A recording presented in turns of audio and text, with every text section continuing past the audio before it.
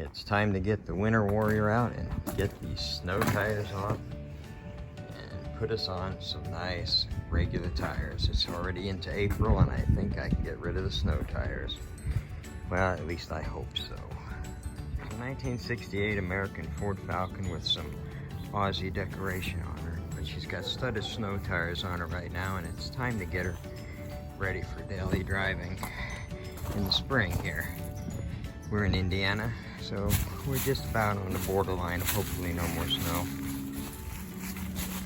Here's the interior. There's a best darn grandchild anybody could have. Never have to feed her or anything. Such a nice kid. It's got bucket seat interior. It's got a nice dash.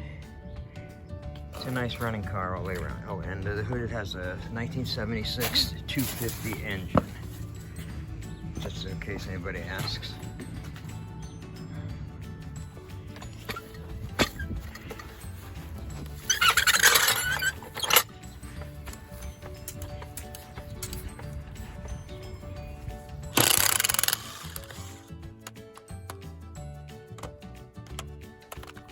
And now for the reveal. Let's see what she looks like now with her spring tires on. I think she looks a little better.